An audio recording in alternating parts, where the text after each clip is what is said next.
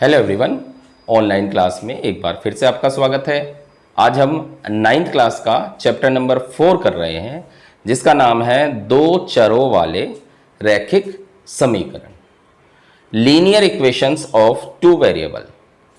तो पहले इस चैप्टर को शुरू करने से पहले इस चैप्टर के नाम को ही समझ लेते हैं अच्छी तरह से।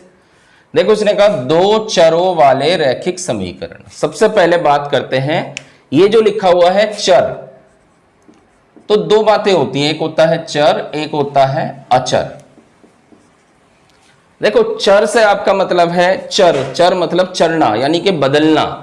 तो ऐसी राशि जिसका मान लगातार बदलता रहे उसे हम चर राशि कहते हैं। आप कहोगे कैसे? जैसे English alphabetical A to Z।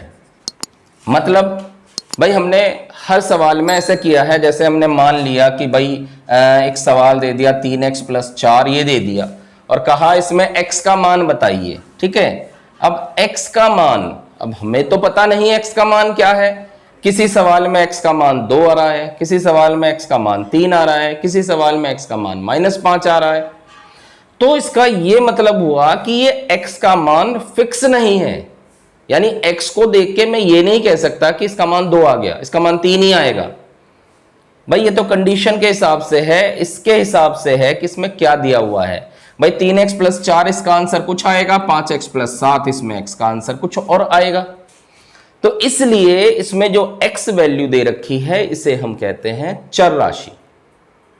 ठीक है, अचर क्या है? अचर तो सीधी सी बात है, 1 to all, टोटल गिनती 1 2 3 4 5 6 7 कुछ भी लिख सकते हो।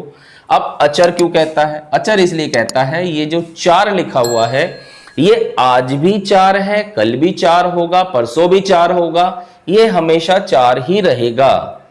इस सवाल में भी इसको 4 लेंगे, अगर इसके साथ मैं यूं लिख दूंगा 5x + 4 तो भी ये 4 ही गिना जाएगा। ये 4 की जगह 3 2 1 नहीं होनेगा, मान बदला जाएगा केवल x का। तो यानी कि जिस राशि का मान बदला जा रहा है उसे हम कह रहे हैं चर राशि, और जिसका मान नहीं बदला जा रहा है उसको कहते हैं हम अचर राशि। ठीक है, तो चलो चर और अचर तो समझ में आ गया। उसके बाद समझा जाता है हमारा ये समीकरण वाला शब्द क्या है। देखो, एक होता है जैसे मैंने लिखा है 3x + 5y + 7, इतनी बात लिखकर छोड़ दी। इसे कहते हैं हम बहुपद। क्या कहते हैं? बहुपद, यानी कि पॉलिनोमियल। ठीक है, और अगर मैंने यूं लिख दिया 3x + 5y + 7 = 3 2 0 कुछ भी, यानी अगर बराबर का साइन आ जाता है बीच में तो इसे कहते हैं हम समीकरण, यानी इक्वेशन। ठीक है, ये बात क्लियर हो गई। ये बहुपद हो गया और ये समीकरण हो गया। बहुपद हम पढ़ चुके हैं, हम पिछले चैप्टर में बहुपद के बारे में हमें जानकारी मिल गई है। अब हम समीकरण के बारे में पढ़ेंगे। तो हमने चर राशि भी पढ़ ली, हमने समीकरण भी पढ़ ली, ये भी पढ़ लिया और ये भी पढ़ लिया। अब क्या रह जाता है? अब रह जाता है सबसे पहले ये पढ़ते हैं दो चर। दो चर का मतलब है एक ऐसा समीकरण होगा जिसमें चर राशि 2 होंगी। जैसे कि देखो ये लिख रखा है मैंने, इसमें एक तो x दिया हुआ है, एक y दिया हुआ है, ये 2 चर राशि है। ठीक है, 2 चर राशि वाले समीकरण। अब क्या रह जाता है? रैखिक। रैखिक का मतलब यह होता है कि जो मैंने चर राशि ली है उसकी जो हाईएस्ट पावर है वो 1 हो। मतलब जैसे मैंने लिखा 3x की 2 + 5y + 7 = 8, या मैंने लिखा 3x + 5y की 2 + 3 = 7, या मैंने लिखा 6x + 7y + 8 = 0। ये 3 मैंने समीकरणें लिखी हैं। ठीक है, अब देखो यहां पे x की घात 2 आ गई। मैंने आपको कहा था रैखिक का मतलब होता है कि जो चर राशि होती है उसकी घात हमेशा 1 रहे। तो ये चर राशि नहीं है। यहां पे देखो y की घात 2 आ गई, तो ये भी चर राशि नहीं है। यहाँ पे दोनों की घात 1 1 ही है, तो ये चर राशि है। ठीक है। आपको चर राशि समझ में आ गई, आपको दो चर का मतलब समझ में आ गया, आपको रैखिक का मतलब समझ में आ गया, आपको समीकरण का मतलब भी समझ में आ गया। तो ये है दो चर राशि वाली रैखिक समीकरण का खेल। अब खेलते हैं, अब समझ लेते हैं इसके क्वेश्चन कैसे हैं। क्वेश्चन ये भी बहुत एक्सरसाइज आसान है, आप ध्यान से करेंगे, समझ के करेंगे तो आपको कोई दिक्कत नहीं होगी। तो चलिए शुरू करते हैं एक्सरसाइज 4.1 का फर्स्ट क्वेश्चन। ये कह रहा है एक नोटबुक की कीमत एक कलम की कीमत से 2 गुनी है। इस कथन को निरूपित करने के लिए दो चरों वाला एक रैखिक समीकरण लिखिए। जब भी हमें इस तरह का लिखना होता है, कोई स्टेटमेंट वाला क्वेश्चन हो और हमें उसे इक्वेशन में बदलना हो, तो हमेशा हम कुछ मान लेते हैं, यानी जो चीज वो निकालने को कहता है ना, उसे हम मानते हैं। इस क्वेश्चन में हमारे पास दो चीजें हैं, एक नोटबुक है और एक कलम है। तो लिखेंगे माना एक नोटबुक का मूल्य बराबर x रुपए, माना एक कलम का मूल्य बराबर y रुपए। ठीक है, एक नोटबुक का मूल्य x रुपए हो गया और एक कलम का मूल्य y रुपए हो गया। ठीक है, अब प्रश्नानुसार अकॉर्डिंग द क्वेश्चन क्या कह रहा है, बुक वाले ने कहा है कि नोटबुक की कीमत कलम की कीमत से 2 गुनी है।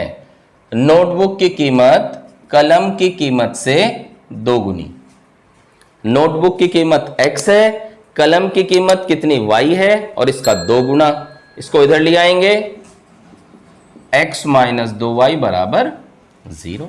बस ये समीकरण बन गई। इजी है ना। चलिए चलते हैं सेकंड क्वेश्चन पे। निम्नलिखित रैखिक समीकरण को ax plus by plus c बराबर 0 के रूप में व्यक्त कीजिए और abc के मान बताइए। यह भी बहुत आसान है, एक समीकरण दे दिया 2x प्लस 3y बराबर 9.35 और 5 के ऊपर बार है। किस रूप में लिखना है, ax plus by plus c। तो देखो इसको मैं इधर ले आऊंगा, 2x प्लस 3y माइनस 9.35 के ऊपर बार बराबर 0। ठीक है, आपको सभी चीजें बराबर के इधर लानी है। ये इधर आके माइनस का हो गया, उधर 0 कर दिया। अब इसकी तुलना करेंगे, ax plus by plus c बराबर 0 से तुलना।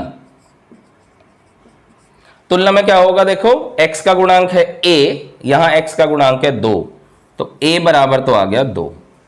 y का गुणांक है b, y का गुणांक है 3, और जो अचर पद है यहां c है और वहां है माइनस 9.35 बार। ध्यान रखना, अगर साइन माइनस का आता है तो लगाएंगे, प्लस का साइन आता है तो नहीं लगाते हैं। ठीक है, इसके बाद चलते हैं सेकंड पार्ट पे। x माइनस वाई बटे 5 माइनस 10 बराबर 0। वही ax plus by plus c बराबर 0 से तुलना करेंगे। ध्यान रखना, इसे तुलना को हर बार लिखना है, आपको करना भी है। x का गुणांक a और यहां x का गुणांक कुछ भी नहीं है। जहां कुछ भी गुणांक नहीं होता वहां हमेशा 1 होता है। यहां y का गुणांक है b और यहां y का गुणांक यहां तो कुछ नहीं है, यानी कि 1/5 और वो भी माइनस का, तो माइनस 1/5। और c कांस्टेंट वैल्यू है, माइनस 10 आ गया। ठीक है, इसके बाद लेते हैं हम फिफ्थ पार्ट, 2x बराबर माइनस 5y। इसको इधर ले आएंगे तो 2x प्लस 5y। अब देखो इसमें c वाला पोर्शन नहीं है, ध्यान रखना c वाला पोर्शन नहीं है, तो हम अपनी तरफ से 0 लिख लेंगे c वाले पोर्शन की जगह। यानी कि बनाना आपको 3 हिस्सों में ही है, पहले वाला x का, फिर y का, फिर अचर पद का। ठीक है, फिर तुलना करते हैं, ax plus by plus c बराबर 0 से तुलना। जब हम तुलना करेंगे, x का गुणांक a यानी a बराबर 2, b बराबर 5 और c बराबर 0। क्लियर, बहुत आसान है, बहुत आसान, आप ध्यान से करें, कोई दिक्कत नहीं होगी। एक ले लेते हैं हम इसका सेवेंथ पार्ट। क्या कह रहा है, y माइनस 2 बराबर 0। अब देखो यहां x वाला हिस्सा नहीं है, जो हिस्सा नहीं है उसे आप लिखोगे जरूर। x नहीं है तो मैं लिख रहा हूं 0x प्लस y -2 बराबर 0। तुलना कर देंगे तो a बराबर तो 0 आ गया, b बराबर 1 आ गया और c बराबर आ गया -2। इसके बाद एक लास्ट क्वेश्चन 8 पार्ट, वो भी कर लेते हैं। 8 पार्ट ये दे रखा है 5 = 2x। इस 5 को उधर ले जाएंगे तो 2x - 5 बराबर 0। अब इसमें कौन सा हिस्सा नहीं है? y वाला हिस्सा नहीं है, तो लिखेंगे 2x + 0y - 5 बराबर 0। ax + by + c बराबर 0 से तुलना करेंगे तो a बराबर तो आ गया 2, b बराबर आ गया 0 और c बराबर आ गया -5। That's it. तो इस तरह से हमारी 4.1 एक्सरसाइज कंप्लीट होती है। आई होप आपकी ये समझ में आ गई है। आप इसे ध्यान से करें, आपको सभी क्वेश्चन इसके हो जाएंगे। नेक्स्ट वीडियो में इसके आगे के पार्ट करा देंगे। तब तक के लिए थैंक यू।